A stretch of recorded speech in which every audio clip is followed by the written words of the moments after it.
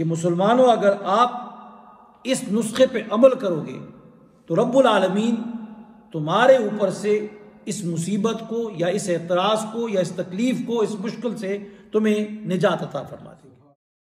اس جملے سے یہ بتا دیا کہ نماز کس طرح مشکلات اور پریشانیوں کو دور کرتی ہے، کہ صبر اور نماز کے ذریعے سے رب العالمین انسان کی پریشانیوں اور غموں کو کیسے دور کرتا ہے اور جنت کی طرف بڑھیں گے۔ فرشتے جب انہیں دیکھیں گے تو دیکھ کر پوچھیں گے کہاں جا رہے ہو، کہاں جا رہے ہو؟ تو وہ کہیں گے جنت میں جا رہے ہیں۔ تو فرشتے کہیں گے کہ ابھی حساب و کتاب ہوا ہی نہیں ہے، ابھی تو حساب و کتاب شروع ہی نہیں ہوا، تو آپ جنت میں جا رہے ہیں، یہ کہا۔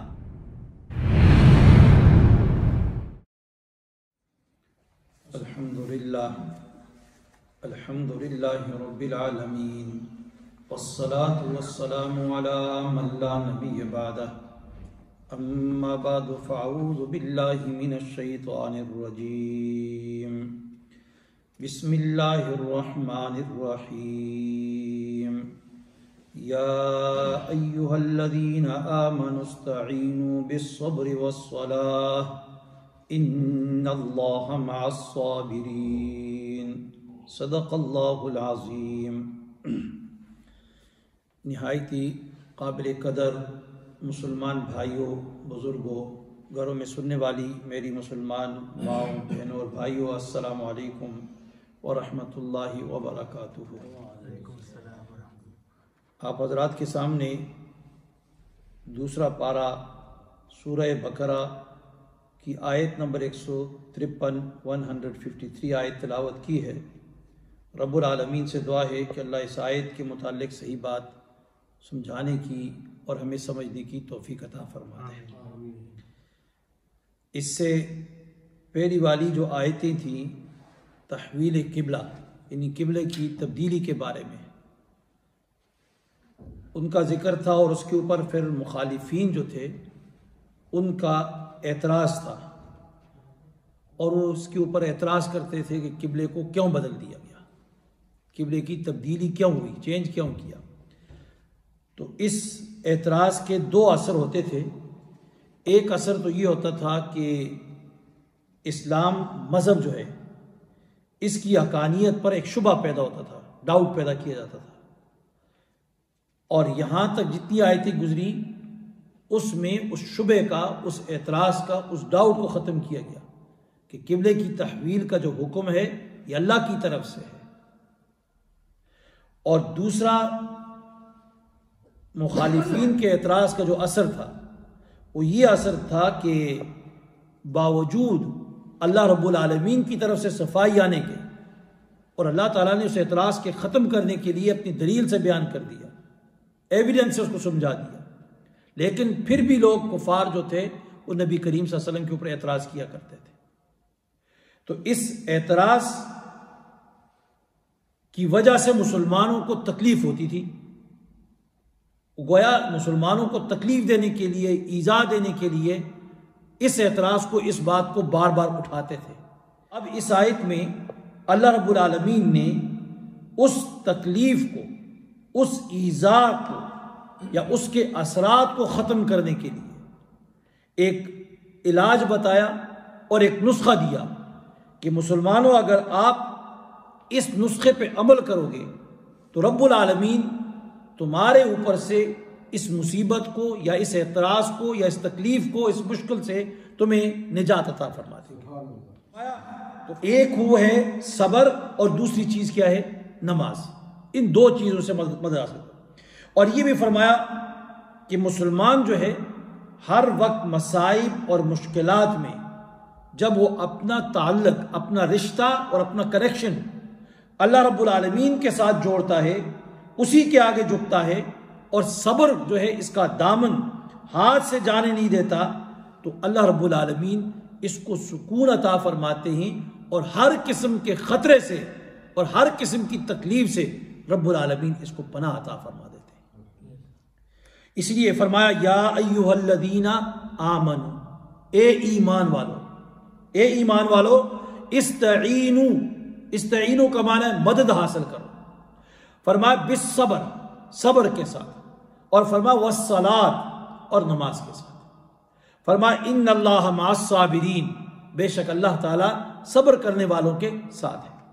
اب یہاں پر اس سے پہلی والی آیت جو گزری درس کے اندر، اس میں اللہ رب العالمین نے ذکر اور شکر کا حکم فرمایا، مسلمانوں کو کہا کہ فَاذْكُرُونِي أَذْكُرْكُمْ وَاشْكُرُوا لِي وَلَا تَكْفُرُونِ، میرا ذکر کرو، مجھے یاد کرو، میں تمہیں یاد رکھوں گا، اور میری نعمتوں کے اوپر شکر گزاری کرو، ناشکری نہ کرو، اس کا حکم تھا۔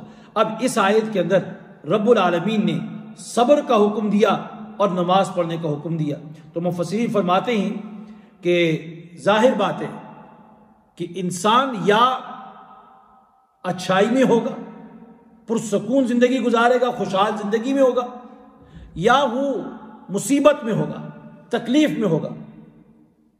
تو اگر مسلمان خوشحال ہے تو یہ موقع ہے شکر کا، شکر کرے گا، اور اگر کسی تکلیف میں ہے، کسی پریشانی اور مشکلات میں ہے، تو یہ موقع کس کا ہے؟ صبر کا ہے، صبر کرے گا۔ تو اس لیے فرمایا، جس طرح حدیث میں آتا ہے کہ جس طرح ابن کثیر رحمۃ اللہ علیہ نے اس حدیث کو نقل کیا ہے، فرماتے ہیں کہ مومن کی کیا ہی اچھی حالت ہے، فرمایا کہ اس کا ہر کام اس کے لیے سراسر بلائی ہے، اچھائی بن جاتی ہے، اچھائی بن جاتی ہے۔ فرمایا جب اسے راحت ملتی ہے، سکون میں ہوتا ہے، خوشحال ہوتا ہے، تو یہ کیا کرتا ہے؟ شکر کرتا ہے، یہ بھی اس کے لیے بہتر ہے۔ اور فرمایا جب یہ شکر کرتا ہے تو یہ اجر پاتا ہے رب العالمین کی طرف سے، اور اگر یہ اسے تکلیف پہنچتی ہے اور تکلیف کے اوپر صبر کرتا ہے تو صبر کا بدلہ بھی کیا دیتا ہے؟ کون دیتا ہے؟ اللہ رب العالمین اس کو جزا دیتا ہے، بدلہ دیتا ہے، بہتر بدلہ عطا فرماتا ہے۔ کہ صبر جو ہے اس کا معنی کیا ہے؟ اب جب یہ کہا اللہ تعالیٰ نے کہ استعینوا بالصبر، صبر سے مدد حاصل کرو، اب صبر کا معنی کیا ہے؟ تو فرماتے ہیں مفسرین نے لکھا ہے صبر کا معنی، لغوی معنی اس کا رکنے کا ہوتا ہے، رکنا ہوتا ہے اور ٹھہر جانا، اور لکھا ہے کہ اپنی خواہشات نفسانیہ کو، نفسانی خواہشات کو روکنا، اس کو دبانا، اس کے اندر ٹھہراؤ لانا، اس کا نام کیا ہے؟ صبر۔ اور قرآن و سنت کی اصطلاح میں صبر جو ہے یہ 3 شعبوں پر مشتمل ہے، 3 شعبوں پر مشتمل ہے۔ پہلا شعبہ اس کا یہ ہے کہ انسان اپنے نفس کو اللہ رب العالمین کی اطاعت و تابعداری میں لگائے رکھے، اس کے اوپر جما کے رکھے، اور دوسرا اپنے نفس کو گناہوں سے، یعنی حرام کردہ چیزوں سے اور ناجائز کاموں سے اپنے نفس کو بچا کے رکھے، دور رکھے اس سے۔ اور تیسرا درجہ جو صبر کا ہے، فرمایا کہ تکالیف اور مصائب کے اوپر صبر کرنا، یعنی جو مصیبت اور جو تکلیف اس کو ملتی ہے یہ سمجھے یہ سب کس کی طرف سے؟ اللہ کی طرف سے، اور راضی ہو جائے، رضا بالقدر جسے کہا جاتا ہے، یعنی جو کچھ مجھے یہ مل رہا ہے یہ اللہ رب العالمین نے میری تقدیر میں لکھا ہے، اور تقدیر کے اوپر اللہ رب العالمین سے راضی ہو جائے اور کسی قسم کا کوئی شکوہ شکایت نہ کرے، شکوہ شکایت نہ کرے، بلکہ یہ امید لگائے رکھے کہ رب العالمین اس کے اوپر مجھے ثواب عطا کرے گا، اس کے اوپر مجھے جزا دے گا اور بدلہ دے گا اور جنت عطا فرمائے گا۔ یہ 3 کیا ہے؟ شعبے ہی صبر کے۔ تو فرمایا جس طرح یہ حدیث میں آتا ہے کہ انسان صبر کرتا ہے، پاؤں میں اس کے کانٹا چبھتا ہے، کانٹا تھوڑا سا چبھ گیا یا کوئی اس کو تکلیف ملی معمولی سی، تو اس کے اوپر بھی رب العالمین اس کی خطاؤں کو معاف فرماتے ہیں۔ انسان کو بخار ہو جاتا ہے، معمولی سا بخار، اس کے ذریعے سے بھی رب العالمین اس کے کیا کرتا ہے؟ گناہوں کو معاف کرتا ہے۔ تو گویا یہ سب، تو فرمایا یہ 3 قسم جو صبر کی ہیں، یہ تینوں قسمیں صبر کی، 3 شعبے صبر کے، فرمایا یہ فرائض میں داخل ہیں، اور ہر مسلمان پر لازم ہے کہ ان 3 اقسام کے صبر کی پابندی کرے، 3 اقسام کے صبر کی پابندی کرے، اپنے نفس کو اطاعت و تابعداری میں لگا کے رکھے رب کی، اور اپنے نفس کو گناہوں سے اور حرام کردہ چیزوں سے بچا کے رکھے، اور جب کوئی مصیبت اور مشکل آ جائے اس کے اوپر کیا کرے؟ صبر کرے۔ عام طور پر دیکھا جاتا ہے کہ مسلمان اور عام لوگ آخری جو قسم ہے اسی کو صبر سمجھتے ہیں، کہ کوئی مصیبت آ گئی، پریشانی آ گئی تو اس کو صبر سمجھتے ہیں، باقی جو پہلی دو قسمیں اس کو صبر نہیں سمجھتے، حالانکہ وہ بھی صبر کی قسم ہے کہ انسان اپنے آپ کو پابند کر دے دین اسلام، یہ بھی کیا ہے؟ صبر کی قسم میں سے۔ تو فرمایا تینوں صورتیں جو ہیں یہ صبر کو شامل ہیں، اور تفسیر معارف قرآن میں یہ لکھا ہے، فرماتے ہیں کہ قرآن اور حدیث کی اصطلاح میں اب یہ جو صابرین کا لفظ آتا ہے قرآن کریم میں بار بار آپ سنتے ہیں، ان اللہ مع الصابرین، صابرین کا جو لفظ آتا ہے تو فرمایا صابرین کا جو لفظ ہے یا یہ لقب جن کو ملا ہے یہ ان لوگوں کو ملا ہے جن کے اندر یہ تینوں شعبے پائے جاتے ہیں، تابعداری والا بھی، گناہوں سے احتراز والا بھی، اور مصائب اور مشکلات کے اوپر صبر کرنے والا، یہ تینوں صبر کے شعبوں کو اختیار کرتا ہے تو یہ لوگ اللہ رب العالمین کے کیا بن جاتے ہیں؟ محبوب بن جاتے ہیں، پسندیدہ بن جاتے ہیں، رب العالمین ان کو پسند کرتا ہے، اور پھر جب یہ صبر کرتے ہیں تینوں چیزوں پر تو پھر رب العالمین کی کیا ہو جاتی ہے؟ مدد آنا شروع ہو جاتی ہے، اور اللہ کی رحمتیں نازل ہوتی ہیں، جس طرح قرآن کریم میں وعدہ ہے رب العالمین کا کہ انما یوفی الصابرون، بے شک اللہ رب العالمین پورا پورا اجر عطا کرے گا کس کو؟ صبر کرنے والے کو، اور فرمایا بغیر حساب کہ رب العالمین ان کو اجر عطا فرمائے گا، کیسا؟ بغیر کسی حساب و کتاب کے۔ تفسیر ابن کثیر میں امام زین العابدین رحمۃ اللہ علیہ کے حوالے سے ایک روایت نقل کی ہے، وہ فرماتے ہیں کہ قیامت کے دن ایک منادی کیا کرے گا؟ ندا لگائے گا، آواز لگائے گا، آواز لگانے والا آواز لگائے گا اور کہے گا کہ صبر کرنے والے کہاں ہیں؟ صبر کرنے والے کہاں ہیں؟ تو یہ لوگ اٹھیں گے اور بغیر حساب و کتاب جنت کی طرف بڑھیں گے۔ فرشتے جب انہیں دیکھیں گے تو دیکھ کر پوچھیں گے کہاں جا رہے ہو؟ کہاں جا رہے ہو؟ تو وہ کہیں گے جنت میں جا رہے ہیں۔ تو فرشتے کہیں گے کہ ابھی حساب و کتاب ہوا ہی نہیں ہے، ابھی تو حساب و کتاب شروع ہی نہیں ہوا، تو آپ جنت میں جا رہے ہیں؟ وہ کہیں گے ہاں حساب سے پہلے ہی جا رہے ہیں، پہلے ہی جا رہے ہیں۔ پھر فرشتے پوچھیں گے تو کون ہو تم؟ تو جواب دیں گے کہ ہم صبر کرنے والے لوگ ہیں۔ ہم کون ہیں؟ صبر کرنے والے لوگ ہیں، اللہ تعالیٰ کی فرمانبرداری میں لگے رہے، اس کی نافرمانی سے بچتے رہے، اور مرتے دم تک اس پر صبر کیا اور جمے رہے اور ڈٹے رہے۔ فرشتے کہیں گے پھر تو ٹھیک ہے، بے شک تمہارا یہی بدلہ ہے، بے شک تمہارا یہی بدلہ ہے، اور اسی لائق کو تم جاؤ جنت میں مزے کرو، اچھے کام والوں کا انجام اچھا ہی ہوا کرتا ہے۔ ابن کثیر رحمۃ اللہ علیہ فرماتے ہیں یہ جو واقعہ بیان کیا اس کے بعد نیچے لکھتے ہیں کہ فرمایا اسی کو رب العالمین فرماتے ہیں انما یوفی الصابرون، صبر کرنے والوں کو رب العالمین بغیر حساب و کتاب کے کیا کر دے گا؟ بدلہ عطا فرمائے گا۔ حضرت عبد الرحمن کے حوالے سے تفسیر ابن کثیر میں لکھا ہے کہ وہ فرماتے ہیں اللہ تعالیٰ کی فرمانبرداری میں لگے رہنا اگرچہ یہ نفس پر گراں گزرے، انسان کے نفس پر گراں گزرتا ہے، اور فرمایا کہ طبیعت کے خلاف ہو، جینا چاہے، یہ صبر ہے۔ یہ بھی کیا ہے؟ صبر ہے کہ انسان اپنے آپ کو پابند کر دیتا ہے، شریعت کا، دین اسلام کا پابند کر لیتا ہے۔ اب نماز پڑھنے کو جی کبھی نہیں ہوتا ہے، لیکن یہ مجبور کرتا ہے نہیں نماز اللہ کا حکم ہے اور اللہ رب العالمین کے سامنے جھکنا میری ذمہ داری ہے، تو یہ جھکتا ہے، نہ سردی کو دیکھتا ہے نہ گرمی کو دیکھتا ہے، لیکن کیا ہے؟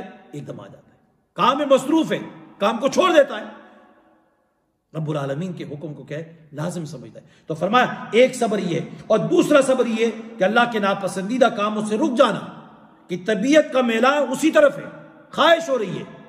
اب جس طرح یہ میوزیکل شو ہوتے ہیں تو جی چاہتا ہے وہاں جائیں، ساری دنیا آتی ہے، دوڑ کے جاتے ہیں، شیطان ہے رغبت دیتا ہے تو لوگ جاتے ہیں، دوڑ دوڑ کے جاتے ہیں۔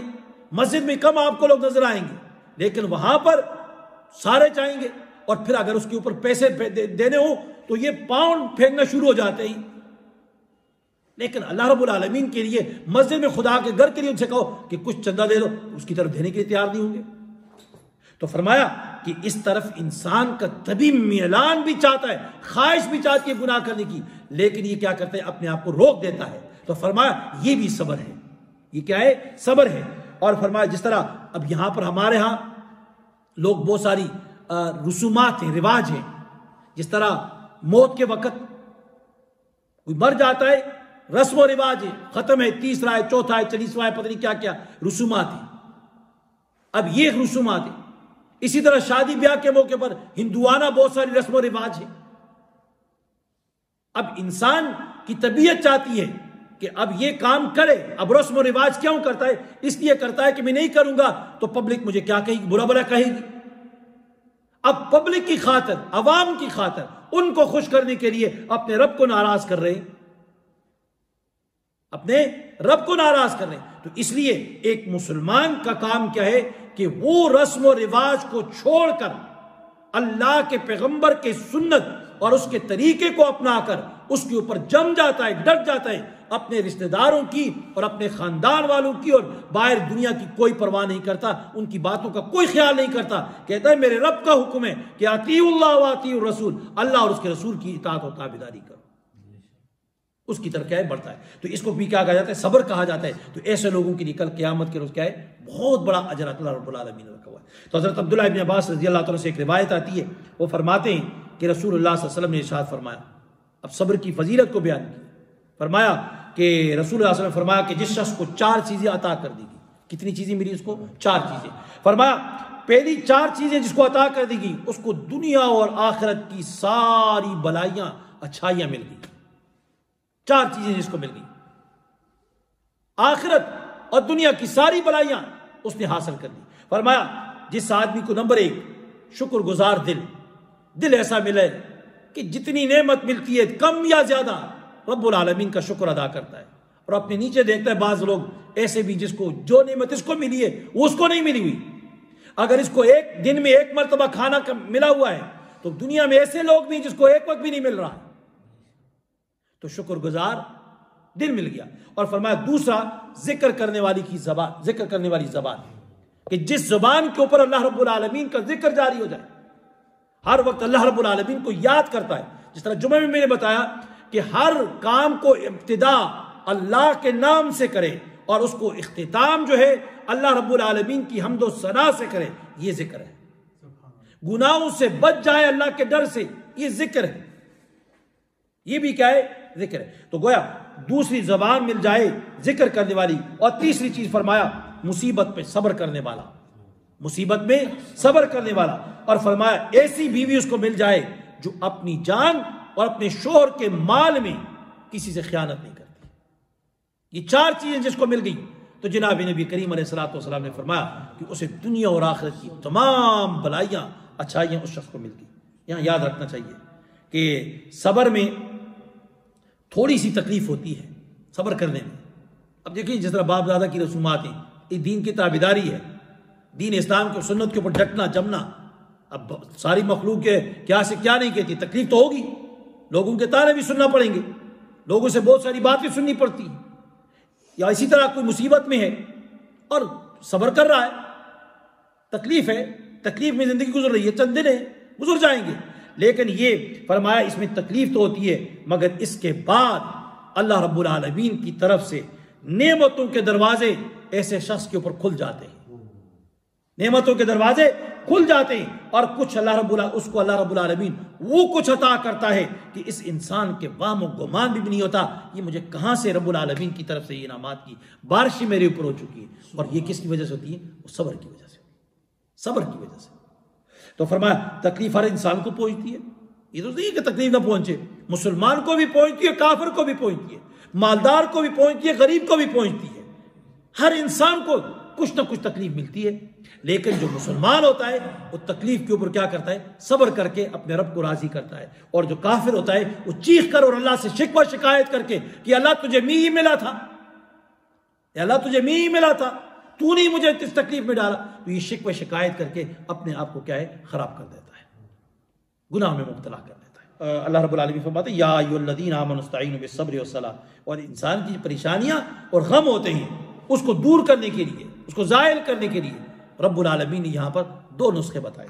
ایک نسخہ کیا بتایا؟ صبر بتایا. اور دوسرا فرمایا نماز کو بتایا کہ نماز جو ہے یہ بھی ایک عظیم الشان نسخہ ہے، عظیم الشان نسخہ ہے کہ جو انسان کی تمام ضرورتوں کو پورا کرتی ہے اور انسان سے تمام پریشانیوں کو دور کر دیتی ہے، اس کی حاجتوں اور ضرورتوں کو یہ پورا کر دیتی ہے نماز. تو جس طرح خود حدیث میں آتا ہے کہ جناب نبی کریم علیہ الصلوۃ والسلام کے اوپر جب کوئی مصیبت آتی، جب کوئی پریشانی آتی، کوئی ایسا بڑا کوئی حادثہ یا ایسا رونما ہو جاتا، تو جناب نبی کریم علیہ الصلوۃ والسلام نماز کی طرف متوجہ ہو جاتے اور نماز میں مشغول ہو جاتے، نماز میں مشغول ہو جاتے، اور نماز کے ذریعے سے اس چیز کو، جس طرح آپ نے صحابہ اکرام کے واقعات یہ سنے، بے شمار واقعات، جب بھی ان کے اوپر کوئی تکلیف آتی، بھوک آتی، کچھ بھی آتا تو رب العالمین کی طرف متوجہ ہو جاتے، نفلوں پہ کھڑے ہو جاتے۔ اب اگر نماز پڑھتے پھر بھی کوئی چیز نہیں ملتی ہے تو کہتے ہیں ہماری نماز میں خرابی ہے، لیکن رب العالمین کا وعدہ وہ ٹھیک ہے کہ اللہ تعالیٰ نے کہا یا ایھا الذین آمنوا استعینوا بالصبر والصلاۃ، نماز کے ذریعے سے مدد حاصل کرو، کہ اللہ کا وعدہ ہے کہ جب تم نماز پڑھو گے تو میری مدد تمہارے ساتھ رہے گی، حاصل کر سکتے۔ تو جس طرح پہلے یہاں پر بتایا کہ صبر کا معنی یہ بھی ہے کہ عبادات پر کیا ہے، جمے رہیں، یہ بتایا نا پہلے کہ عبادات پہ جمے رہیں۔ تو اب یہاں پر ایک اعتراض ہوتا ہے، سوال پیدا ہوتا ہے کہ نماز بھی عبادت ہے، نماز بھی عبادت ہے، لیکن پھر رب العالمین نے یہاں پر علیحدہ نماز کا ذکر کیوں فرمایا؟ تو مفسرین اس کا جواب دیتے ہیں، فرماتے ہیں کہ نماز کا علیحدہ طور پہ دوبارہ یہاں پر ذکر اس لیے کیا کہ نماز جو ہے تمام عبادات میں ایک ایسی عبادت ہے جو صبر کا مکمل نمونہ پیش کرتی ہے، صبر کا پورا نمونہ پیش کرتی ہے کہ اس میں انسان کو اطاعت و تابعداری میں یہ باندھ کر رکھتی ہے، رکوع میں، سجدے میں، قیام میں یہ انسان پابند ہو جاتا ہے، پابند ہو جاتا ہے۔ اور صبر کا معنی یہی ہے کہ انسان کو پابند کر دے عبادت کے اوپر، انسان اپنے آپ کو، نفس کو پابند کر دے، کس کے اوپر؟ اللہ کی تابعداری میں۔ تو نماز میں احسن طریقے سے اللہ رب العالمین کی تابعداری پائی جاتی ہے۔ دوسرا یہ کہ تمام برائیوں سے، گناہوں سے نماز روک دیتی ہے، کہ جب انسان نماز میں ہوتا ہے کوئی گناہ نہیں کر سکتا، کوئی برائی نہیں کر سکتا، گناہ کی طرف بڑھ نہیں سکتا، حتیٰ کہ جائز کام جو ہے وہ بھی نہیں کر سکتا ہے، جائز کام بھی نہیں کر سکتا۔ تو اس لیے نماز جو ہے یہ مکمل طور پر نمونہ ہے کس کا؟ صبر کا، صبر کا۔ اور اسی طرح انسان پریشانی ہو، غم ہے، دکھ ہے، کوئی مصیبت ہے، تو اس سب کو کیا کر دیتا ہے؟ اس کے ذریعے سے انسان نماز کے اندر جب کھڑا ہوتا ہے تو ساری چیزوں کیا ہو جاتا ہے؟ صبر کرنے لگ جاتا ہے۔ کوئی روتا ہے، پریشان ہے، کوئی مر گیا، کوئی حادثہ آ گیا اس کے ساتھ، تو نماز میں جب کھڑا ہوتا ہے تو ظاہر ہے اللہ کی طرف دھیان ہو جاتا ہے، تو صبر کرنے والا ہو جاتا ہے۔ تو گویا مصیبت کے اوپر بھی کیا ہے؟ صبر نماز کے اندر کیا ہے؟ یہ انسان کو مل جاتا ہے۔ تو اس لیے علماء فرماتے ہیں کہ پریشانیوں اور غموں اور دکھوں کے مداوے کے لیے، اس کو دور کرنے کے لیے نماز کے اندر کیا ایک بہت بڑا تاثیر رکھی ہوئی ہے۔ اب یہ تاثیر کیسے رکھی اللہ تعالیٰ نے؟ جو اللہ ہی بہتر جانتا ہے، کہ اللہ نے کہا ہے کہ تم نماز پڑھو، تو پھر دیکھو۔ اچھا، بشرط یہ کہ اب یہاں پر اب بہت سارے لوگ کیا ہے، نماز پڑھتے ہیں، جی مشکلات آ گئی، غم آ گئے، تو نماز پڑھتے ہیں، نتیجہ کچھ نہیں ملتا، پریشان ہو جاتے ہیں کہ وہ جی ہم نے نماز پڑھی، کچھ نتیجہ نہیں نکلا۔ تو بابا کم از کم یہ دیکھو، تم نماز جو پڑھ رہی ہے اس نماز کو اس طریقے کے مطابق پڑھا جس طرح اللہ اور اس کے رسول صلی اللہ علیہ وسلم نے نماز پڑھنے کا طریقہ بتایا۔ اگر آپ نے اس طریقے سے نماز پڑھی تو نتیجہ آپ کو مل جائے گا، لیکن اگر اس میں اپنی نماز کا اپنے اوپر خیال کرو، نماز کے اندر جو اثر ہے، تاثیر ہے، وہ اپنی جگہ برقرار ہے، لیکن اس کا استعمال کا طریقہ جو ہے وہ صحیح طریقے سے نہیں ہوا۔ آگے ایک دوسری بات، اللہ اس آیت کا آخری جملہ جو ہے وہ فرمائے ان اللہ مع الصابرین، ان اللہ مع الصابرین۔ اب اس جملے سے یہ معنی یہ کہ اللہ تعالیٰ صبر کرنے والوں کے ساتھ ہے۔ اس جملے سے یہ بتا دیا کہ نماز کس طرح مشکلات اور پریشانیوں کو دور کرتی ہے۔ اس آخری جملہ جو ہے نا، اس نے لب لباب ساری چیز بتائی کہ صبر اور نماز کے ذریعے سے رب العالمین انسان کی پریشانیوں اور غموں کو کیسے دور کر، یہ بتا دیا۔ تو فرمایا کہ اللہ تعالیٰ کی مدد ایسے لوگوں کے شامل ہو جاتی ہے جو نماز پڑھتا ہے، صبر کرتا ہے، تو اللہ رب العالمین کی مدد اور نصرت ان کے ساتھ ہو جاتی ہے، ان کے ساتھ ہو جاتی ہے۔ تو جس طرح اللہ تعالیٰ کی اللہ تعالیٰ کے اگر نہ چاہے تو کوئی انسان کا کام حل نہیں ہو سکتا ہے، کیونکہ زمین کے اوپر کوئی چیز رینگ نہیں سکتی، کوئی پتا درخت سے گر نہیں سکتا بغیر اللہ رب العالمین کے اذن کے، حکم کے۔ اللہ رب العالمین کے حکم کے بغیر کوئی چیز ہل نہیں سکتی ہے، تو جب اللہ رب العالمین ہی ساری چیزیں کنٹرول کر رہا ہے تو وہ کہتا ہے کہ میں صبر کرنے والے کے ساتھ ہوں، تو جب اس کی مدد شامل ہو جائے گی تو ساری مشکلات کیا ہو جائیں گی؟ دور ہو جائیں گی۔ اب یہاں پر ہم دیکھتے ہیں دنیا میں ایک معمولی 2 ٹکے کا افسر نہیں ہوتا ہے، وہ آ کے ہمیں کہہ دیتا ہے بھائی آپ بے فکر رہیں، یہ کام آپ کا ہو جائے گا۔ اب ہمیں کتنی وہ امید لگ جاتی ہے کہ ہو بس اس نے کہا ہے، افسر نے کہا ہے، بھائی اب تو میرا کام ہو گیا، افسر نے کہہ دیا کام تو ہو گیا، اب خوش ہوتے ہم۔ تو یہاں پر رب العالمین کہہ رہا ہے، مالک الملک کہہ رہا ہے، بادشاہوں کا بادشاہ کہہ رہا ہے، جو کن کرتا ہے فیکون ہو جاتا ہے، آرڈر کرتا ہے ہو جا فیکون، اسی وقت آنن فانو چیز ہو جاتی ہے۔ وہ رب العالمین کہتا ہے کہ ان اللہ مع الصابرین، کہ بے شک اللہ رب العالمین صبر کرنے والوں کے ساتھ ہے، اللہ تعالیٰ صبر کرنے والوں کے ساتھ ہے۔ تو اس لیے میرے بھائیوں، یہ ہماری اپنی کمزوری ہے، ہماری اپنی کمزوری ہے کہ ہم صحیح طریقے سے نماز نہیں پڑھتے، اللہ رب العالمین کے حکم کے مطابق زندگی نہیں گزارتے، تابعداری نہیں کرتے۔ تو اس لیے ہم جو نماز پڑھتے ہیں وہ نماز بھی ایسی ہی ہوتی ہے، صبر جس کا اللہ تعالیٰ نے حکم دیا ہے اس کو صحیح طریقے سے نہیں کرتے، جس کی وجہ سے ہم اپنی مصیبتوں اور پریشانیوں میں اسی طرح آگے بڑھتے جاتے ہیں، نکلتے نہیں ہیں۔ تو اللہ رب العالمین سے دعا ہے کہ اللہ تعالیٰ مجھے بھی اور آپ سب کو صحیح طریقے سے نماز پڑھنے کی توفیق عطا فرمائے، اور اللہ تعالیٰ ہمیں اپنے نفس کو اطاعت اور تابعداری میں لگانے کی توفیق عطا فرمائے۔